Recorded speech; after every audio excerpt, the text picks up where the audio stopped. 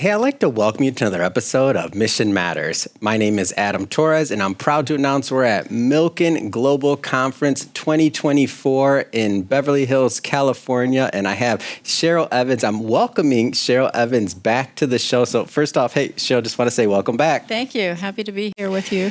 All right, so much to cover. It's been a year since we've seen each other last.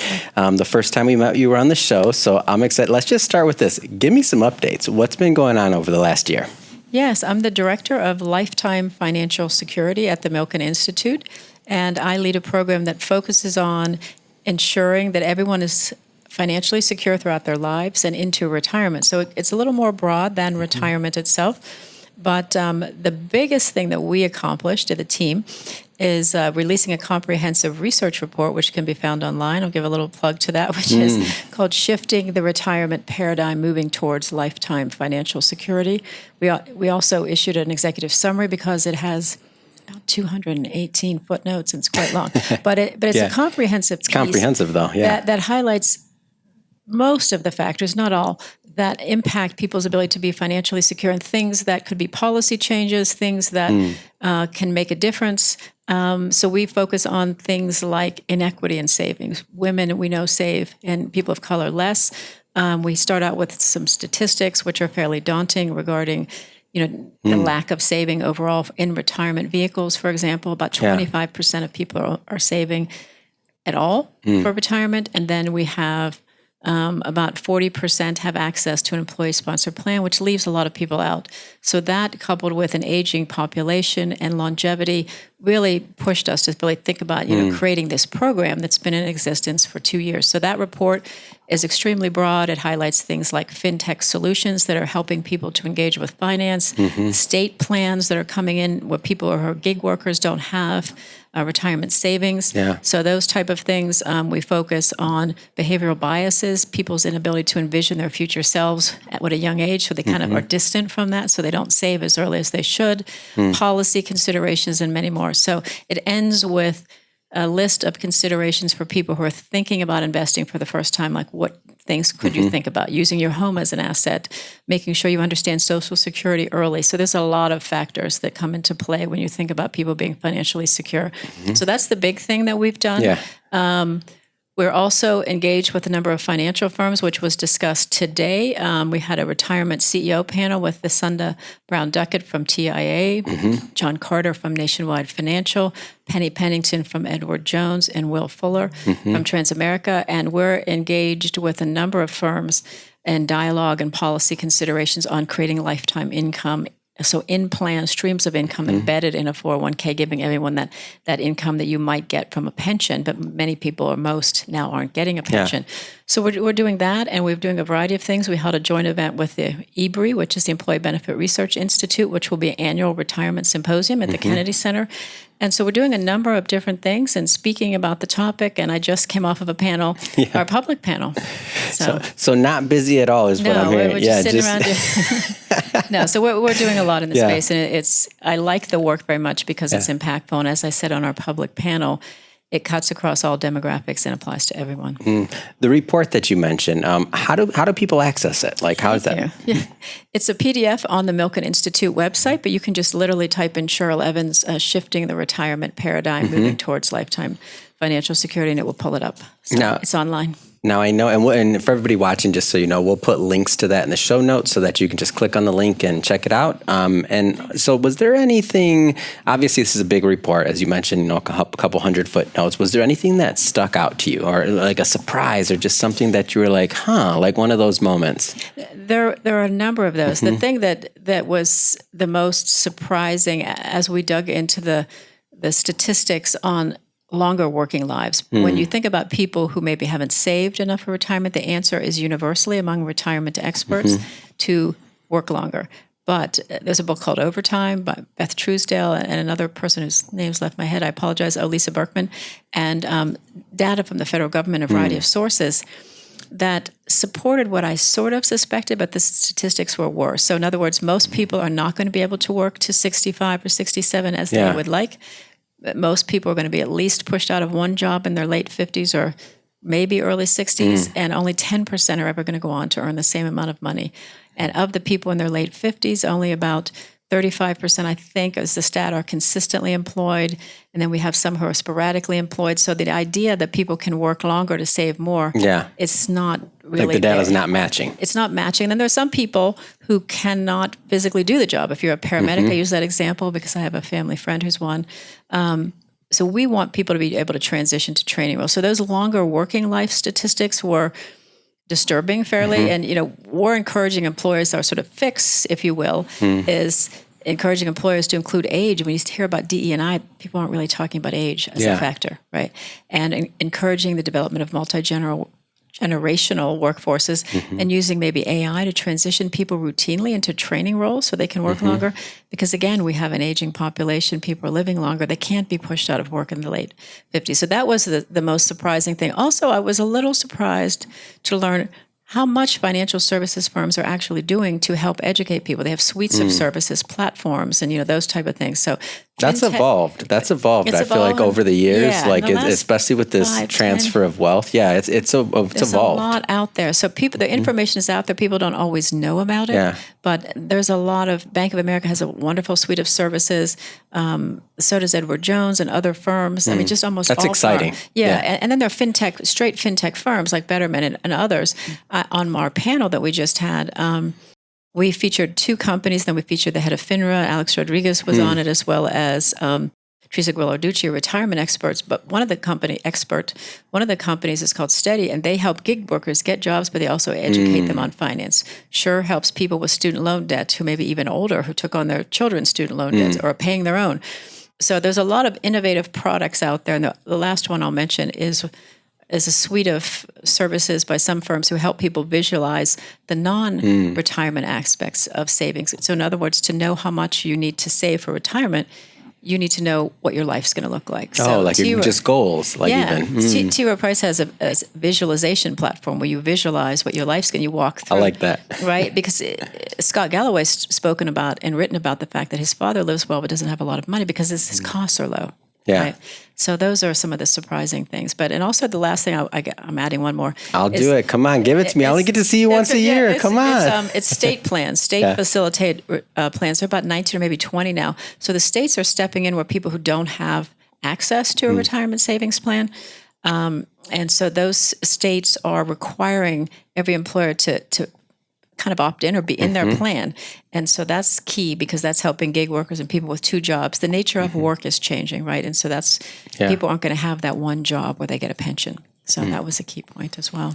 Talk to me a little bit more about the panel, like some of the takeaways for those that couldn't attend. Like, what were some of the takeaways? Yeah, I mean, it was called "Moving the Needle Towards Lifetime Financial Security" with the name sort of embedded in it. But it was a great dialogue. I mean, Teresa Guillarducci, for example, is solely a retirement expert. So she came up with discussed, I should say, highlighted some legislation that she's putting forth and not really sponsoring, but touting because she's not in Congress, but that would create a new system that's like Social Security that would give people more of a social safety net. So that there were some policy considerations. It was really the notion of how do we reach people where they are. So that notion of where are people? Do you need to go out to the community to get people to engage with finance? How do we get them to, I refer to it this way, to turn towards finance when they don't have a lot of money and so you really can't think of savings. It's kind of like out here, you don't want to look at it like I can barely make my car payment. How can I possibly save? So it's really, there was a lot of discussion on engagement, what we can do to get people to think about finance, engage with it. We talked about shame as an issue for people who don't have a lot of money. And Cassandra Brown Duckett mentioned that there can be shame around money if you don't have a lot of it. And so that was an interesting point. But FINRA is doing some great work in the education space. Alex Rodriguez is reaching out to a lot of people in underserved communities. But he also talked about his own life experience and his career.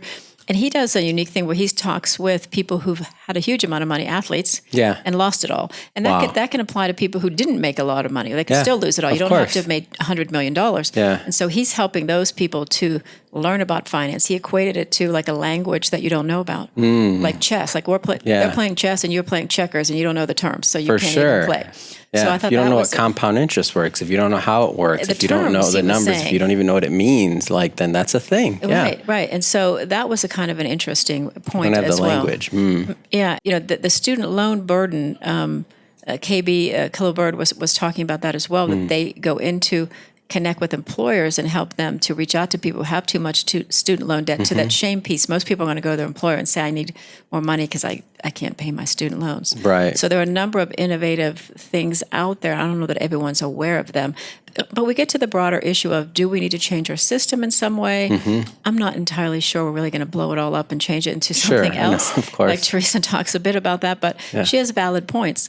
But I'm pleased that we're working with a number of financial firms on this notion, which Larry Fink came out and talked about, changing the system. TIA has new products, Nationwide Financial.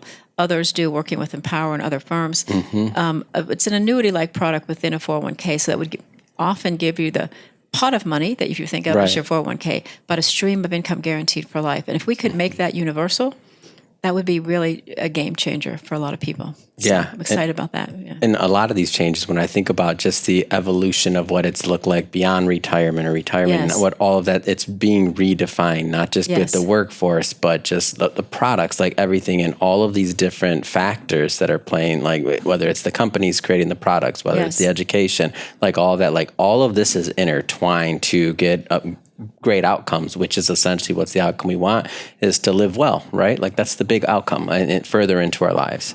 Yes, and I mentioned at the outset that the Milken Institute, so I'll give a little plug for that, is building the Milken Center for Advancing the American Dream, which is a museum-like building that Mike Milken envisioned 10 to 15 years ago. It's in Washington where our office is, so it will be an interactive, really high-tech museum focusing on health, finance, and philanthropy.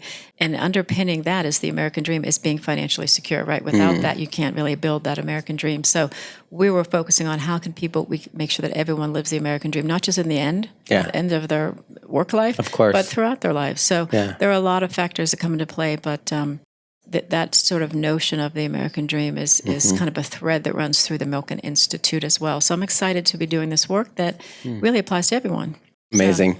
So, So final question, Cheryl, just a little bit of a fun one. What's been one of your favorite moments at the conference this year so far? And I know we still have a whole nother day left and a whole half a day here, but just so far, what's been one of your favorite moments? Since I'm working and focusing on finance, I'll say a couple of things. One was getting the retirement CEOs together, because what they did was they talked about working together in ways that are not competitive to change the landscape, recognizing that there is a crisis of sorts with an aging population. This is peak 65. 12,000 baby boomers are turning 65 a day this year. Amazing. And so they were coming together saying, we need to work together. We have these kind of products. Edward Jones has these. So that was exciting.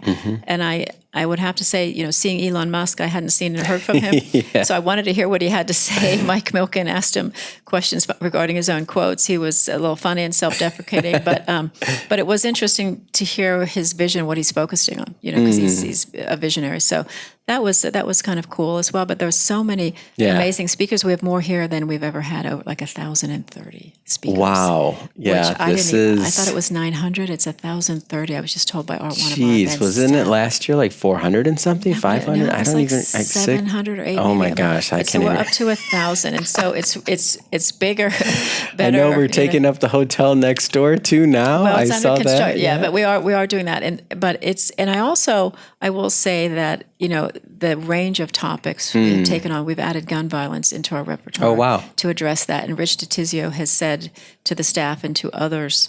There was a session last year as well.